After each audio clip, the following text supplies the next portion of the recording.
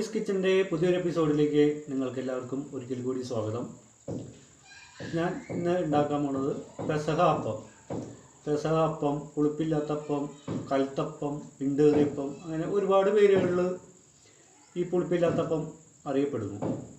അപ്പോൾ നമുക്ക് ഈ പെസഹ അപ്പം എങ്ങനെ ഉണ്ടാക്കുമെന്ന് നമുക്കൊന്ന് കണ്ടു നോക്കാം.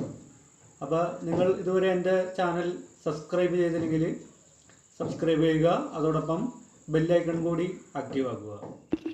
അപ്പോൾ നമ്മുടെ പെസഹപ്പത്തിൻ്റെ ചേരുവകൾ നമുക്കൊന്ന് നോക്കാം എന്തൊക്കെ വേണമെന്ന്. നമുക്ക് 2 ഗ്ലാസ് അരി, അതായത് 200 ഗ്രാം അരി എടുത്തിട്ടുണ്ട്. പിന്നെ ഒരു 75 ഗ്രാം, അതായത് അരിയുടെ 1/3 ഉഴുന്ന് ഞാൻ റോസ്റ്റ് ചെയ്ത് വെച്ചിട്ടുണ്ട്. ഇത് 2-3 വെളുത്തുള്ളിയുടെ അല്ലി ക്ലീൻ ചെയ്ത് വെച്ചിട്ടുണ്ട്. ഇത് ഒരു 1/2 സ്പൂൺ ചെറിയ ജീരകം. ഇത് 100 ഗ്രാം ചെറുള്ളി സ്ലൈസ് ചെയ്ത് വെച്ചേക്കണത്. ഇത് 100 ഗ്രാം തേങ്ങാക്കൊത്ത് അരിഞ്ഞ് വെച്ചേക്കണത്. ഇത് പാം ഓയിൽ. ഇത് ഉപ്പ്. അപ്പം നമ്മൾ വെളിച്ചെണ്ണ പരാതി ഉപയോഗിക്കാതിരിക്കും. പാം ഓയിലിൽ നമ്മൾ ഉണ്ടാക്കുകയാണെങ്കിൽ പെസഹ വ്യാഴാഴ്ച പിന്നെ പിറ്റേ ദിവസം ദുഃഖവെള്ളി നമ്മൾ അപ്പം കൂടി കൂട്ടി കഴിക്കുന്ന സമയത്ത് ചീത്തയായിട്ടുണ്ട്. വെളിച്ചെണ്ണ വെച്ചിട്ടുണ്ടെങ്കിൽ ടേസ്റ്റ് വ്യത്യാസം വരാൻ സാധ്യതയുണ്ട്. അപ്പോൾ ഈ അരി കുതിർന്ന നേരം കൊണ്ട് നമുക്ക് ഈ ഉള്ളി മൂപ്പിച്ച് വയ്ക്കാം. അതേമാതിരി തന്നെ തേങ്ങ കൊത്ത് വറുത്ത് വയ്ക്കാം, ഉഴുന്ന് പൊടിച്ച് വയ്ക്കാം. അങ്ങനെയുള്ള കാര്യങ്ങളൊക്കെ നമ്മുടെ അരി കുതിരണ നേരം കൊണ്ട് നമുക്ക് ചെയ്യാവുന്ന കാര്യങ്ങളാണ്. ഇതിപ്പോൾ അരി 2 മണിക്കൂർ കുതിർത്തി വാരി നമുക്ക് മിക്സിയിലേക്ക് ഇടാം. ഈ സമയത്ത് നമുക്ക് ഒരു പിടി തേങ്ങ ചിരവിയതും കൂടി ഇട്ട് കൊടുക്കാം. അതിൻ്റെ കൂടെ നമ്മുടെ വെളുത്തുള്ളി വെച്ചേക്കണതും അതും ഒന്ന് ഒരു 2-3 കഷ്ണമായിട്ടൊന്ന് നുറുക്കി ഇതിൻ്റെ കൂട്ടത്തിൽ ഇട്ട് കൊടുക്കാം. അപ്പോൾ നമ്മുടെ മാവ് റെഡി ആയിട്ടുണ്ട്. അപ്പോൾ നമ്മുടെ അരി, വെളുത്തുള്ളി, ഒരു പിടി തേങ്ങ ചിരവിയത്, ഇത്ര ഐറ്റമാണ് ഇതിനകത്തുള്ളത്. ഇത് ഇത്തിരി വെള്ളം കൂടിയെന്ന് വെച്ചാൽ കുഴപ്പമില്ല, കാരണം നമ്മൾ റോസ്റ്റ് ചെയ്ത് പൊടിച്ച് വെച്ചേക്കണ ഉഴുന്ന് ഇതിനകത്ത് ഇട്ട് നമ്മളൊരു 1/2 മണിക്കൂർ വയ്ക്കും. ആ സമയത്ത് നന്നായിട്ട് ടൈറ്റ് ആവും. അപ്പോൾ ഇത്തിരി വെള്ളം കൂടിയെന്ന് വെച്ചാൽ കുഴപ്പമൊന്നുമില്ല. ഈ ടൈമിൽ നമ്മൾ ഉഴുന്ന് പൊടിക്കുമ്പോൾ നന്നായി പൊടിയണ്ട, ഒരുപാട് അങ്ങോട്ട് പൗഡർ പോലെ ആവണ്ട. നമ്മുടെ പുട്ടിൻ്റെ പൊടിയുടെ ആ തരിയൊക്കെ ഉണ്ട്, ആ ഒരു രീതിയിൽ നമുക്ക് ഉഴുന്ന് വറുത്തത് പൊടിച്ചെടുക്കാം. വെള്ളം ഇത്തിരി കൂടി ഒഴിച്ചു കൊടുത്തേക്കാം. നമ്മൾ വെള്ളം ഇപ്പം കുറച്ച് ഒഴിച്ചാൽ മതി. നമുക്ക് ചുടുന്ന സമയത്ത് ഈ ഇതിനകത്ത് വെള്ളമൊക്കെ ഈ റോസ്റ്റ് ചെയ്ത ഉഴുന്ന് വലിച്ചെടുക്കും. അപ്പോൾ വീണ്ടും മാവ് ഒന്നുകൂടി ടൈറ്റ് ആവും. അത് നമുക്ക് അപ്പം ഒഴിച്ചെടുക്കും. ഇപ്പം നമ്മൾ കറക്റ്റ് ലെവലിൽ തന്നെ നമുക്ക് കലക്കി വയ്ക്കാം. ഈ സമയത്ത് ആവശ്യത്തിന് നമുക്കൊരു 4 സ്പൂൺ വേണ്ട, ഒരു 2-3 നുള്ള് ഉപ്പിട്ട് കൊടുക്കാം. നന്നായിട്ട് മിക്സ് ചെയ്യാം. കട്ട എന്നില്ലാതെ പ്രത്യേകം ശ്രദ്ധിക്കുക.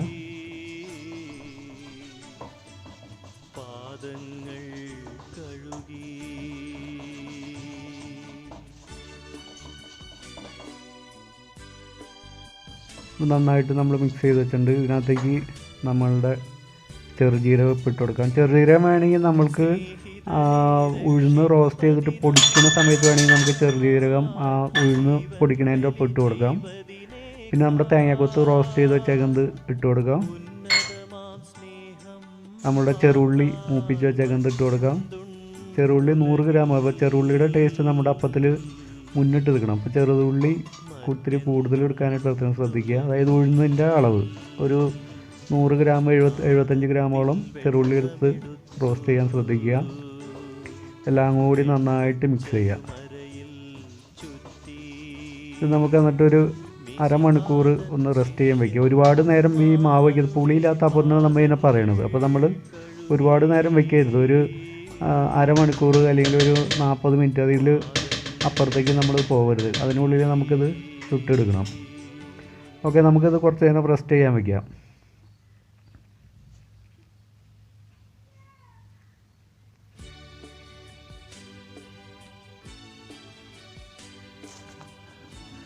നമുക്ക് നോക്കാം. ഇപ്പോൾ ഒരു 1/2 മണിക്കൂർ കഴിഞ്ഞിട്ടുണ്ട്.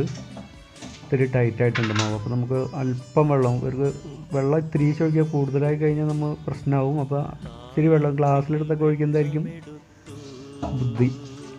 അപ്പോൾ ഇത്തിരി വെള്ളം കൂടി ഒഴിച്ച് നമ്മളുടെ ഇഡ്ഡലിയുടെ മാവിൻ്റെ ഒരു പരുവില്ലേ ആ പരുവത്തിലേക്ക്, ഒരുപാട് ലൂസാവരുത്. ഇഡ്ഡലി മാവിൻ്റെ പരുവം എന്ന് പറയുമ്പോൾ ഏകദേശം കറക്റ്റ് പരുവാണ്. ആ പരുവത്തിലേക്ക് എടുക്കുക. നമ്മൾ ഒരു ഫ്രൈ പാൻ, അതായത് കുഴിയില്ലാത്ത പാൻ എടുക്കാൻ പ്രത്യേകം ശ്രദ്ധിക്കുക. കുഴിയുള്ള പാൻ എന്ന് വെച്ചിട്ടുണ്ടെങ്കിൽ നടുവ് കട്ടി കൂടും. ഇതാകുമ്പോൾ നമുക്ക് കട്ടിയില്ലാതെ നമുക്ക് ചുട്ടെടുക്കാം. ആദ്യത്തിരി ഓയിൽ, അതായത് നമ്മളിത് തേങ്ങയും ഉള്ളി മൂപ്പിച്ചെടുത്ത ആ ഓയിലിൻ്റെ ബാക്കിയാണ്. അപ്പോൾ നമുക്ക് ഇത്ര ഓയിൽ വേണ്ട, കുറച്ച് മാറ്റി ഒന്ന് എല്ലായിടത്തും ആക്കിയതിന് ശേഷം പിന്നെ കുറേ ഓയിൽ മാറ്റാം. പാനൊന്ന് ചൂടായിക്കോട്ടെ.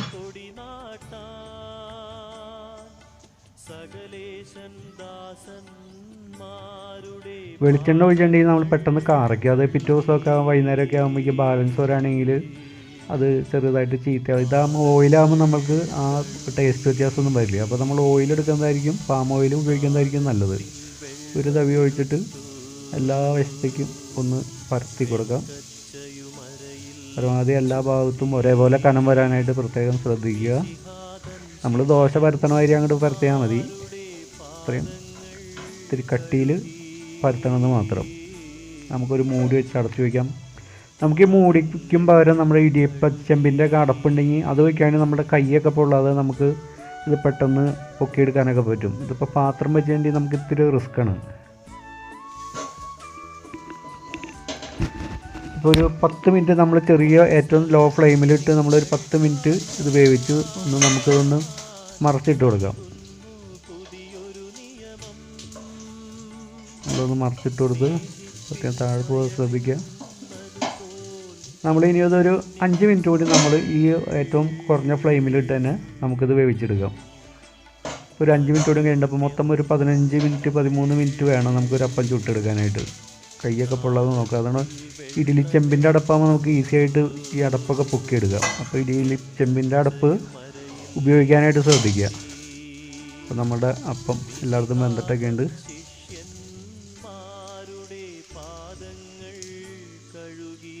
നമ്മൾക്കിത് ഒരു പാത്രത്തിലേക്ക് മാറ്റി കൊടുക്കാം.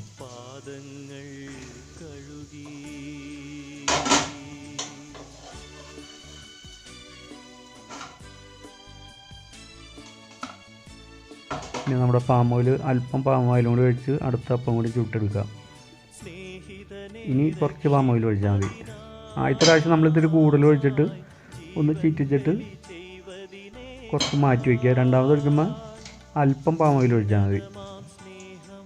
പാം ഓയിൽ നിങ്ങൾക്ക് വെളിച്ചെണ്ണ നിർബന്ധമുണ്ടെങ്കിൽ വെളിച്ചെണ്ണ ഒഴിക്കാൻ കുഴപ്പമൊന്നുമില്ല. വെളിച്ചെണ്ണ ഒഴിച്ചാലുള്ളൊരു കുഴപ്പം അതായിരിക്കും, ടേസ്റ്റ് ആയിരിക്കും. പക്ഷേ നമ്മൾ വ്യാഴാഴ്ചയും വെള്ളിയാഴ്ചയായിട്ട് നമ്മൾ ഉപയോഗിച്ച് തീർക്കേണ്ടി വരും. ഓക്കെ, നമ്മൾ അടുത്ത അപ്പം കൂടി നമ്മൾ പരത്തി വെച്ചു. ഫ്ലെയിം ഇപ്പോൾ ഫുൾ ഫ്ലെയിമിൽ കിടക്കണേ. മൂടി ഒരു 1.5-2 മിനിറ്റ് കഴിയുമ്പോൾ, 2 മിനിറ്റ് ഉണ്ട്, 1 മിനിറ്റ് കഴിയുമ്പോഴേക്കും ഏറ്റവും ലോ ഫ്ലെയിമിലേക്ക് നമുക്ക് നോബ് മാറ്റിയിടാം. ഇതിപ്പോൾ നല്ല കറക്റ്റ് അപ്പമായിട്ടുണ്ട്.